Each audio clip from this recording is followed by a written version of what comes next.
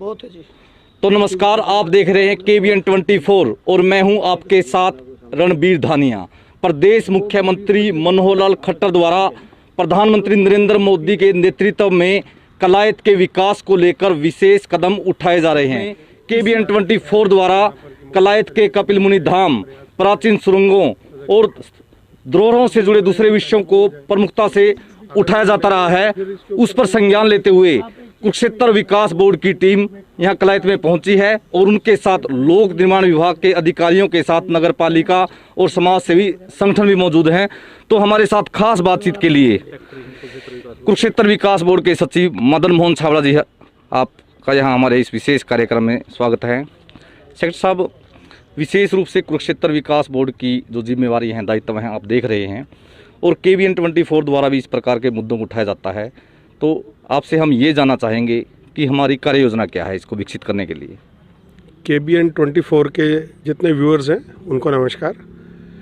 ये जो है बड़ा ही प्राचीन तीर्थ है और अगर मैं इसकी हिस्टोरिकल एविडेंस, आर्कियोलॉजिकल एविडेंस की बात करूं तो जो आप सामने एक मंदिर देख रहे हैं, ये संभवतः उत्तर क्षेत्र का सबसे प्राचीन जो स्ट्रक्चर है इस हरियाणा के अंदर पूरे, तो उसमें से एक है।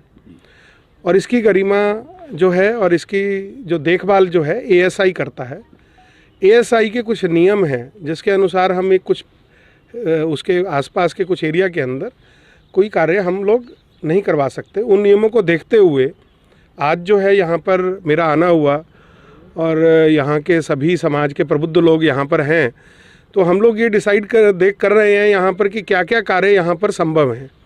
जैसे यहाँ के लोगों का मानना है कि इस सारे एरिया के आसपास जो है वो सदरियों का एक, जैसे ब्रह्म सरोवर पर हैं उस तरह की कुछ महत्ता इसकी बननी चाहिए। इसके साथ ही सामने एक महिला घाट की बात आई है। महिला घाट जो है ये सामने का जो क्षेत्र है, इसके अंदर हम लोग प्रपोज कर रहे हैं यहाँ के सब लोग मिलके। एक यहाँ पर अस्थि विसर्जन घाट की जो परंपरा है, 48 कोस के अंदर जो अस्थियों का संचय नहीं होता वो वहीं पे ही प्रवाहित हो जाती है या वहीं छोड़ दी जाती हैं। इस परंपरा के निर्वहन के लिए यहाँ पर एक अस्थि विसर्जन घाट की बात है। बाकी यहाँ पर लाइटिंग और खूबसूरती के अन्य पक्ष जो हैं, महिमा घाट है। और इस कपिल मुनि तीर्थ को अंतर्राष्ट्रीय स्तर पर पहचान दिलाने के लिए जो भी प्रयास हो सकेंगे वो कुरुक्षेत्र विकास बोर्ड करेगा। हमारे माननीय मुख्यमंत्री जी का ये विज़न है कि जो तीर्थ परिक्रमाएँ हैं उनके अंदर लोग दर्शन कर पाएँ। उनके अंदर हर ज़िले की अपनी अपनी परिक्रमा हो, अपने अपने तीर्थों का महत्व है और ऐसे ही ये बहुत ही महत्वपूर्ण तीर्थ है। और जैसे मैंने इसका बताया कि यहाँ आर्कियोलॉजिकल एविडेंस बहुत बड़े बड़े हैं। आपके साथ ही यहाँ पर एक अभी एक सुरंग मुझे यहाँ पर दिखाई है। इसके साथ बहुत सारी और भी चीज़ें हैं जो धीरे धीरे ध्यान में आएंगी। सेक्रेटरी साहब, जो ये इलाका है ये कुरु भूमि है, इसको कुरुक्षेत्र का अंतिम छोर इसको माना जाता है। इसलिए हम महाभारत काल से जुड़े हुए महत्वपूर्ण पहलू समय समय पर आते रहते हैं और इस प्रकार की धरोहरों को विकसित करने का दायित्व सरकार ने आपको सौंपा है। जिस प्रकार आप यहाँ धरोहरों की बात कर रहे हैं तो लंबे समय से ये स्थिति में है कि चाहे वो सुरंगों की बात करें चाहे परिक्रमा की, ये लुप्त प्राय होने की स्थिति में है।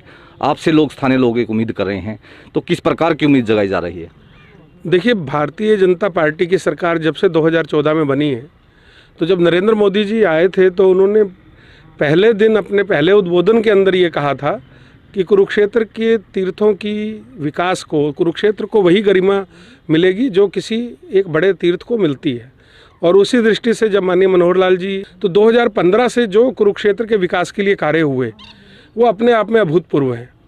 आप ये देखिए कि लगभग 75 स्थानों पर जो है तीर्थों को विकसित करने का कार्य चल रहा है। इस तीर्थ के साथ आर्कियोलॉजिकल जो सर्वे ऑफ इंडिया की जो गाइडलाइंस हैं उनका एक संबंध जरूर है, जिस कारण से हम कुछ अधिक यहाँ पर नहीं कर पा रहे, क्योंकि हाँ उसकी सीमाएं हैं हमारी। तो उसको देखते हुए अब जो भी संभव होगा, बीइंग ए गवर्नमेंट डिपार्टमेंट, हमें उन सीमाओं में रह के काम करना है। तो जो भी संभव होगा हम यहाँ पर करेंगे और जल्दी करेंगे। सेक्रेटरी साहब, जो ये आप इलाका जो मुआयना आप कर रहे हैं, यहाँ सांख्य दर्शन के प्रवर्तक भगवान कपिल मुनि ने भी यहाँ माता देवहूति को सांख्य दर्शन का ज्ञान करवाया था। और जिस कॉर्नर पर आप खड़े हैं, यहाँ सरस्वती नदी की जलधारा कई बार फूटी है और अंतर्राष्ट्रीय स्तर का सेमिनार कलायत में हुआ है। तो सरस्वती नदी को विकसित करने के लिए, क्योंकि ये कैंपस आपका है जो सरोवर है, तो सरस्वती नदी विकसित हो, उसके लिए छाबड़ा जी के प्रयास क्या हैं? देखिए, आपने बड़ी अच्छी बात बोली है कि सरस्वती वह नदी है जिसके किनारे वेदों की रचना हुई, और इतनी महत्वपूर्ण नदी का जो है उसके लिए स्पेशल एक बोर्ड बनाया गया, सरस्वती हेरिटेज बोर्ड जो है वो गठित हुआ है। वो उसके सारे चैनल को डेवलप करने का कार्य कर रहे हैं, और वो कार्य धीरे धीरे जो है वो अपना रूप ले रहा है, और आने वाले समय के अंदर आपको उसके अंदर भी दिखाई देगा। हमारा जो कुरुक्षेत्र विकास बोर्ड का जो कार्य है, वो कार्य हम यहाँ पर जितने भी तीर्थ हैं, जो तीर्थ स्थल हैं, उनकी डेवलपमेंट का कार्य है, उसके लिए हम लोग यहाँ पर हैं और उसे ज़रूर करें। सेक्टर साहब, जैसे इन धरोहरों के बारे में आपने जानकारी दी, और जो वो शिवालयों की जो आप बात कर रहे थे, ये उत्तरी भारत का जुबा इसको यहाँ बोला जाता है, क्योंकि इनके निर्माण में जिस प्रकार आपके पास भी जानकारी है कि चूना मिट्टी का इस्तेमाल नहीं किया गया, और चाहे आप इस परिक्रमा का आप मुआयना कर रहे हैं, कहीं ना कहीं स्थानीय लोगों को इस बात की टीस है कि कुरुक्षेत्र विकास बोर्ड द्वारा जिस प्रभावी तौर पर यहाँ काम हो जाने चाहिए, जिस प्रकार के हालात अब यहाँ देख रहे हैं कि स्थिति बेहद दयनीय है, तो जो लोग हैं विशेष उम्मीद आपसे ये रखे हैं कि ये हालात जो बदले तो प्रभावी ढंग से क्या काम होने जा रहा है? देखिए, पहले हमने एक बार प्रयास किया था, फंड्स भी आए थे यहाँ पर, लेकिन वो आर्कियोलॉजिकल ASI के कारण से उसको हम नहीं करवा पाए, उसका क्रियान्वयन नहीं हुआ। अब दोबारा से हम लोगों ने प्रयास किया है इसके लिए, और अब इसकी कुछ योजना भी बनी है कि किस तरीके से हम लोग उसकी गाइडलाइंस के अंदर काम कर पाएँ। और मैं विश्वास दिलाता हूँ यहाँ की जनता को और कुरुक्षेत्र वासियों को, पूरे 48 कोस कि ये तीर्थ जल्दी ही यहाँ पर कुछ ना कुछ कार्य शुरू होगा। देखिए, एक प्रोसीजर होता है गवर्नमेंट का, उस प्रोसीजर के अनुसार कुछ समय जो लगता ही लगता है, वो 6-8 महीने जो लगेंगे कि पहले हमें यहाँ का एक प्रपोजल बनाना है, फिर आर्किटेक्चरल ड्राइंग्स बनेंगी, उन ड्राइंग्स के बाद कुछ बजट आएगा, उसके बाद टेंडर अलॉटमेंट है, तो ये प्रोसेस एक 4-6 महीने का होता है। तो वो जो प्रोसेस है वो लगेगा ही लगेगा, लेकिन इसे हम जल्दी शुरू करा रहे हैं। सेक्टर साहब, जो स्थानीय जो लोग हैं उन्होंने मांग भी की है, चाहे वो शमशान भूमि से अध्यक्ष हैं, चाहे वो राजू कौशिक जी हैं KDB से, और यहाँ समाज सेवी राजेंद्र राणा जी हैं, और समाज सेवी और भी आए हैं कि यहाँ जो ये जो सरोवर है, यहाँ नौका की इसके अंदर व्यवस्था हो, ताकि जो पर्यटन है उसको बढ़ावा मिले, और संग्रहालय का यहाँ विकसित किया जाए, इसके साथ लगती जो जगह हैं, और सुरंगों का विषय आपके संज्ञान में आया। तो सौंदर्यीकरण के लिए जो इस प्रकार की जैसे नौका की यहाँ बात की जा रही है, और इसके पानी निकासी की बात की जा रही है, PWD भी आपके साथ है, क्या निर्देश क्या हैं? ऐसा है जी, ये सब चीज़ें हम सरकार के पास लेके जाएंगे, हायर ऑफिशियल्स जो भी हमारे हैं उनके पास ये प्रपोजल लेके जाएंगे, तो जो भी मैक्सिमम संभव होगा उसका प्रयास करेंगे। छाबड़ा जी, आपसे अंतिम रूप से हम ये भी जानना चाहते हैं कि जो ये आप पूरा जो इलाका देखते हैं, जो आपकी जुरिडिक्शन में आता है, उस जुरिडिक्शन में भावी योजनाएं क्या हैं? कितने सरोवरों का कायाकल्प होने जा रहा है, और क्या कुछ इस प्रकार की महत्वाकांक्षी योजनाएं भी सामने आ रही हैं जिससे जो धरोहर है उनका स्वरूप बदलेगा? बिल्कुल, देखिए 134 तीर्थ 48 कोस के अंदर 11 तारीख से पहले थे। 11 तारीख को माननीय मुख्यमंत्री जी के द्वारा 30 और तीर्थों को नए को ऐड किया गया। कुल अब 48 कोस के अंदर जो कुरुक्षेत्र विकास बोर्ड के अंतर्गत जिनकी देखभाल होनी है या जिनका डेवलपमेंट होना है, वो 164 तीर्थ हो गए। ये एक बहुत बड़ी बात हुई है कि पहली बार तीर्थों की गणना जो है जब से बोर्ड बना है उसके बाद से 164 हुई है। तो ये अपने आप में दिखाता है कि सरकार कितनी गंभीर है इन सब तीर्थों की डेवलपमेंट के लिए। तो धन्यवाद।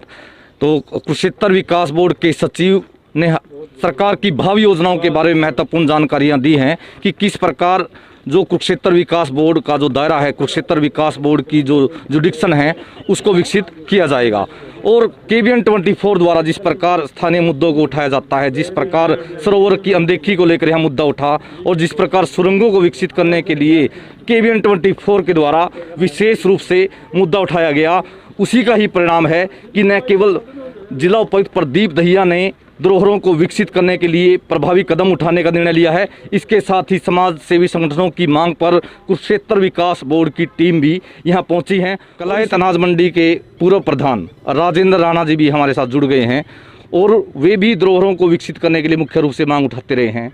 तो राजेंद्र राणा जी, जिस प्रकार टीम का आना हुआ, जिस प्रकार जिला उपायुक्त ने भी दौरा किया, क्या लगता है आपको? पहले तो मैं KBN 24 के सभी दर्शकों को नमस्कार करता हूं। आज विकास बोर्ड के सचिव आए हैं और उनके दौरे से KBN 24 द्वारा उठाई गई बातों से ऐसा लगता है कि कुछ भविष्य में होने जा रहा है, लेकिन फिर भी हम सचिव साहब को ये कह रहे थे भी ये तीर्थ बहुत पौराणिक तीर्थ है और अगर इसका डेवलपमेंट अच्छी तरह से किया जा सके, जैसे इसको इनकम का स्पॉट भी बनाया जा सकता है, यहाँ बोटिंग वगैरह हो और टूरिस्ट का एक स्थान टूरिस्ट स्पॉट बनाया जाए तो लोग शाम को आएंगे, घूमेंगे। आज के टाइम में लोगों के पास खर्चने के लिए बहुत कुछ है, पैसे हैं, वो शाम को आएंगे बच्चों को लेकर, लोगों को रोज़गार भी मिलेगा, छोटी छोटी दुकानें चल सकती हैं, बहुत अच्छा एक स्थान बन सकता है अगर इस पर क्रियान्वयन किया जाए तो। धन्यवाद।